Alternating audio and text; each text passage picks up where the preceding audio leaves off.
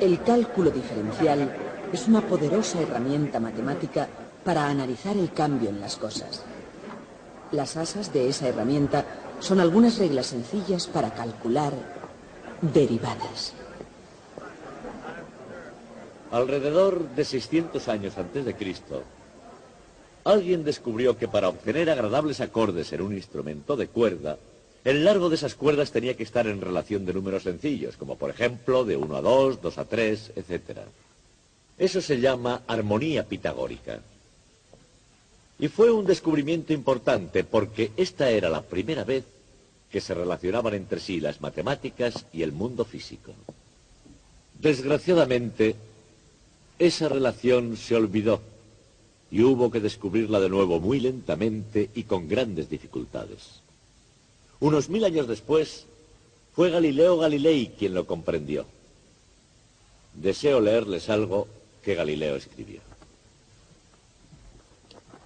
Este libro, publicado en Roma, el año 1623, se llama Il Saggiatore, traducido generalmente por el ensayador, pero yo prefiero traducirlo más bien por el experimentador, porque me parece que es lo que más se aproxima a lo que Galileo tenía en mente. Galileo tenía la fea costumbre de escribir sus famosas notas en italiano. Yo se las iré traduciendo, no se preocupen. Dijo: el verdadero conocimiento está escrito en un enorme libro, abierto continuamente ante nuestros ojos. Me refiero al universo. Pero uno no puede entenderlo. Uno debe aprender la lengua y a reconocer los caracteres para poder entender el lenguaje en el que está escrito. Está escrito en el lenguaje de las matemáticas. Luego, nosotros ahora, para poder leer el libro del universo, tenemos primero que aprender los símbolos y el vocabulario del lenguaje matemático. Es un lenguaje de la precisión, de la poesía e incluso de la música. Desde hace ya muchos años, los físicos utilizan el lenguaje de las matemáticas y los músicos, aproximadamente, desde 600 años antes de Cristo, también se sirven de él. Como en casi todas las lenguas, incluida la música, las matemáticas tienen su vocabulario propio, sus propias reglas y símbolos, su precisión y elegancia, su poesía y su historia. Y una parte de esa historia fue Galileo Galilei, que tuvo algo de inconformista, un rasgo que heredó de su padre Vincenzo, que fue un gran músico. Musicalmente, Vincenzo se había negado a sujetarse a las formas tradicionales. Postura esta que llegaría a ser la marca de la familia. Vincenzo escribió un libro en el que se oponía a la utilización de la armonía pitagórica, como acostumbraban a hacer sus contemporáneos en música. Él consideraba los antiguos acordes griegos demasiado simples para las complejas estructuras musicales del Renacimiento italiano. Más tarde, de tal palo, tal astilla, Galileo consideró que las matemáticas griegas eran demasiado sencillas para poder expresar sus ideas.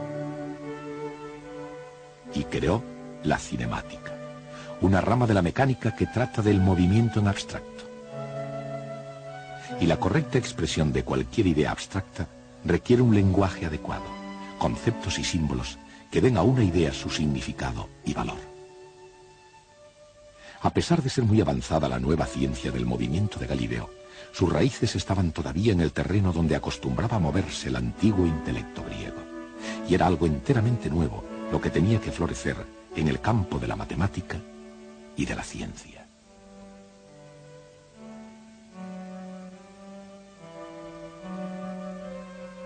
Los eruditos necesitaban un lenguaje más sofisticado que el que se hablaba desde Arquímedes y Euclides. En otras palabras, después de Galileo, la física necesitaba un lenguaje más avanzado. Aproximadamente 25 años después de su muerte, se descubriría por fin ese famoso lenguaje y comenzaría a utilizarse a partir de entonces. Se llamaría cálculo diferencial. El cálculo diferencial es muy potente y, como en cualquier lenguaje, su poder deriva de la idea que le sustenta, la derivada. La derivada es para la cinemática lo que las ruedas son para un viaje. Un medio sencillo, pero muy eficaz, para poder obtener una perspectiva completa de lo que es una derivada. Nada mejor que un poco de ejercicio. La derivada no solo se aplica a un cuerpo moviéndose horizontalmente, ni por eso, ni solo a un cuerpo moviéndose verticalmente hacia arriba o hacia abajo, o como sea. La derivada es el ritmo de cambio de cualquier función en un determinado punto instante. Como ya se explicó al hablar de la ley de caída de los cuerpos de Galileo, la velocidad es la derivada de la distancia, pero es también algo más. Una derivada puede representar el ritmo de cambio de cualquier cosa. Por ejemplo, la densidad de población de los delfines en relación con el aumento o disminución de temperatura del agua, o el ritmo de cambio de volumen de un globo respecto al área de su superficie, o el ritmo de cambio del precio de una pizza con respecto a su tamaño. Como se ve, el concepto de derivada está por todas partes, pero el proceso mecánico de la derivada, el cálculo diferencial, necesita un enfoque práctico para que el concepto se imponga.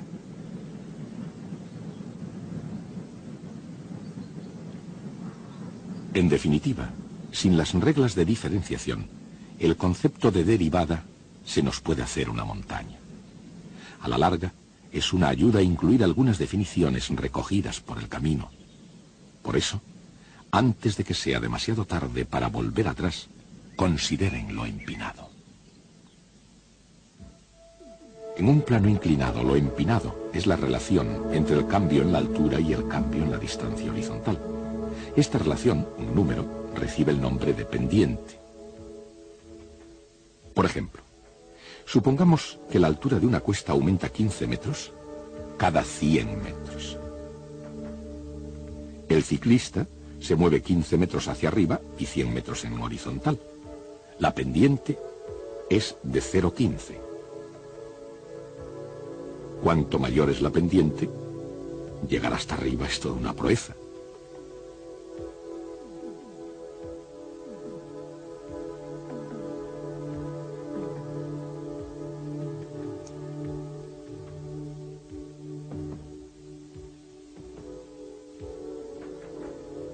Si es casi cero, es un paseo. Y cuando la pendiente es negativa, es cuesta abajo. Aunque se pueda caminar fácilmente por ellas, las matemáticas tienen sus picos y valles, y nadie sabe quién fue el primero que preguntó cuál era la mejor manera para ir de acá para allá. La respuesta en términos algebraicos fue dada por un matemático francés llamado Fermat.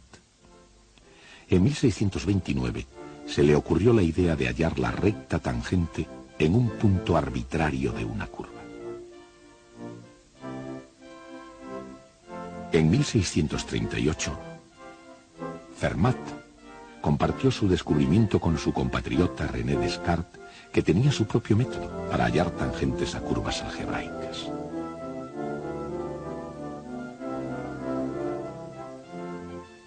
Muchas de estas ideas matemáticas, sobre todo las de Fermat, fueron desarrolladas posteriormente por Wilhelm Leibniz e Isaac Newton, según un método general y sistemático de análisis matemático, el cálculo diferencial. Dejando la historia de lado, al menos por el momento, quedan algunas preguntas oportunas. Por ejemplo, en una curva que cambie suavemente, hay una pendiente que cambia constantemente. ¿Cómo se puede calcular, en el lenguaje de hoy, la pendiente en un punto dado?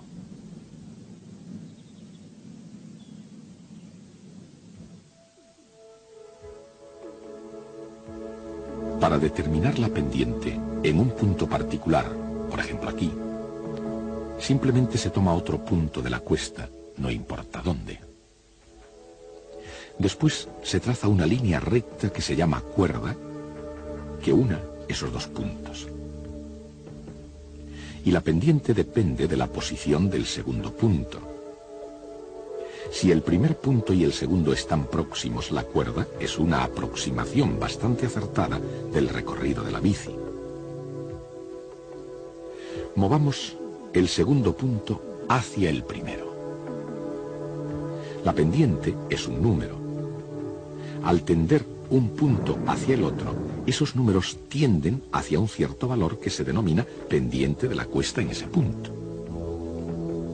La recta que pasa por ese punto con esa pendiente se llama recta tangente, y es la recta hacia la que tienden las cuerdas al tender un punto hacia el otro. La pendiente de la cuesta es la pendiente de la recta tangente en ese punto. Se puede calcular la velocidad instantánea de manera análoga. La ley de caída de los cuerpos de Galileo, aquí aplicada a una persona que más bien no quiere, más que un terrorífico experimento, es el diferencial que viene en auxilio. La variación de la distancia se divide por la variación del tiempo. El cociente es la velocidad media durante un intervalo de tiempo dado. Cuando ese tiempo disminuye hacia cero, el valor límite de la velocidad media es la velocidad instantánea. El incremento en la altura se divide por el incremento en la distancia horizontal. El resultado es la pendiente de la cuerda que une los dos puntos. Si la distancia horizontal se reduce a cero, el valor límite de la pendiente de la cuerda es la pendiente en ese punto. La diferenciación. Los objetivos y los cálculos difieren, pero no el concepto esencial ni el procedimiento. La velocidad es la derivada de la distancia con respecto al tiempo. La pendiente es la derivada de la altura con respecto a la distancia horizontal. En cualquier caso, una derivada es lo que le ocurre a un cociente, una razón entre dos números, cuando el dividendo y el divisor disminuyen hacia cero. Antes de alcanzar el cero, sus pequeños valores se expresan con la letra griega delta. Delta i es un pequeño incremento de i. Delta x es un pequeño incremento de x. Así que delta i dividido por delta x es simplemente un cociente de dos números pequeños. Cuando esos números se hacen cero, el cociente se convierte en una derivada y los deltas en un nuevo símbolo, diferencial de y dividido por diferencial de x. El símbolo de la derivada, que significa derivada de la cantidad y con respecto a x. Cuando ya se domina la mecánica sencilla, encontrar la derivada de cualquier cosa es tan fácil como accionar un interruptor.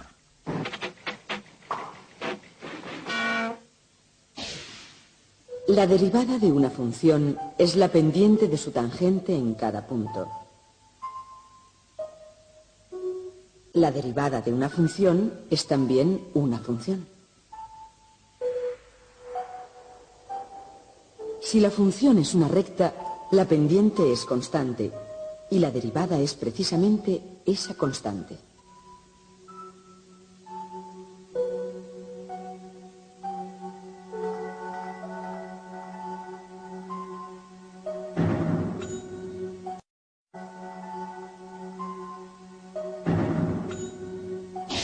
Si y es igual a seno de x, entonces derivada de y respecto a x es igual a coseno de x.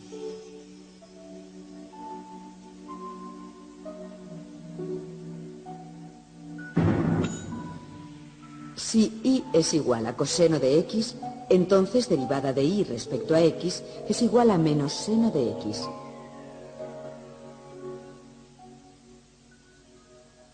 Hallar derivadas requiere un poco de práctica, pero el esfuerzo vale la pena. Y si consideramos el gran número de máquinas contemporáneas que hallan derivadas, esto se ha convertido en una práctica moderna.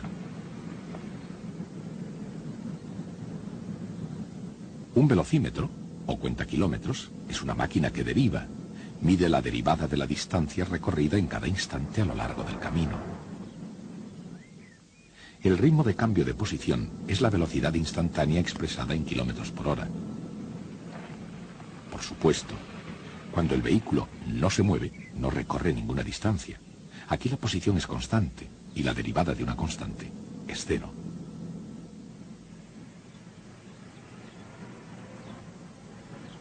La matemática es un lenguaje con estructura gramatical, un conjunto de reglas que componen y descomponen la tarea que se tiene entre manos. En cualquier cosa que se trabaje, desde construir una casa a componer una sinfonía, la tarea más complicada puede descomponerse de la misma manera. Newton y Leibniz desarrollaron las herramientas del cálculo que permiten diferenciar la función más complicada descomponiéndola en partes sencillas. Una de las reglas básicas de la diferenciación es la regla de la suma. Supongamos que un pintor pinta 90 metros cuadrados de pared por hora y otro pintor 100 metros. Esos son los ritmos a los que las superficies de pared cambian de color. En otras palabras, son las derivadas. Por consiguiente, cada hora se han pintado 190 metros cuadrados de pared. Así es como funciona la regla de la suma. La derivada de una suma es la suma de las derivadas.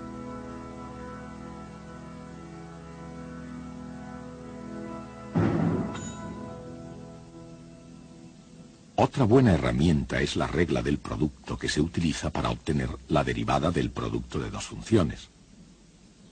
Por ejemplo, el área de un tablero es el producto de su largo por su ancho.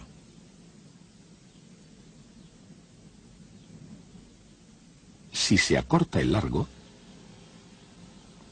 la variación en el área es el producto del ancho multiplicado por la variación en el largo.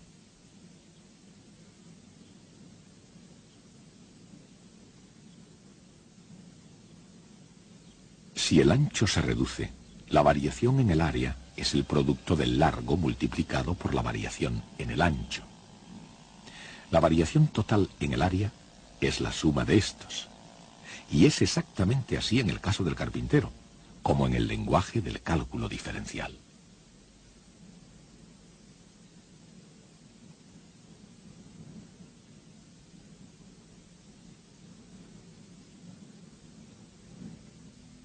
La derivada del producto de y por z es y por la derivada de z, más z por la derivada de y.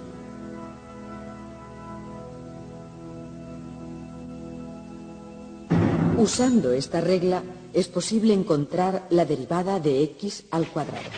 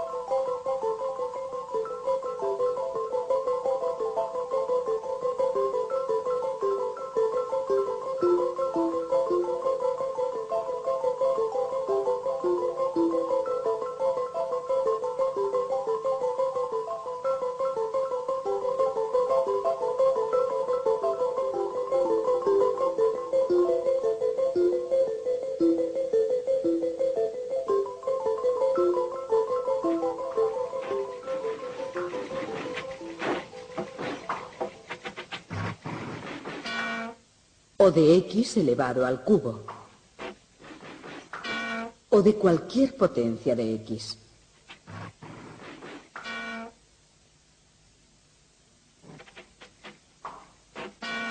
La derivada de x a la enésima potencia es n por x a la potencia n menos 1.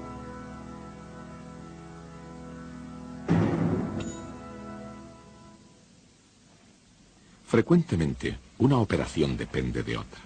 Por ejemplo, supongamos que un vehículo tiene un consumo específico de 17 millas por galón de fuel. Eso es una derivada. Si Y es la distancia recorrida y X la cantidad de fuel consumida, entonces 17 millas por galón es la derivada de Y respecto a X igual a dY partido por dX. Supongamos que consume 2 galones por hora. 2 galones por hora igual a dx partido por dt. La velocidad de un vehículo en millas por hora es igual a las millas recorridas por galón multiplicado por los galones que consume por hora. Es la regla de la cadena. Se utiliza cuando Y depende de X y X depende de T.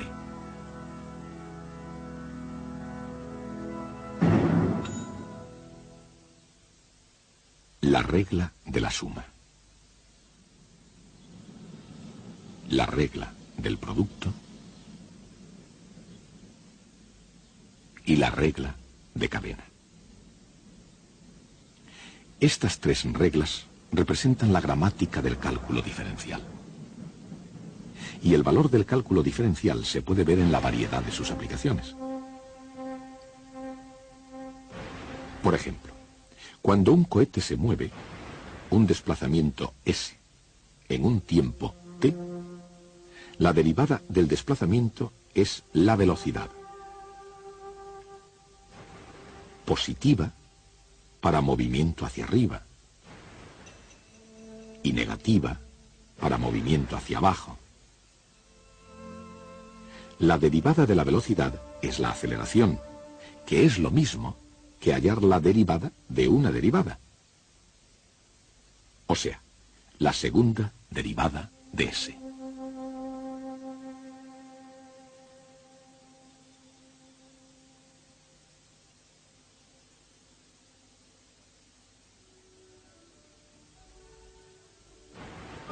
La aceleración producida por el encendido del cohete.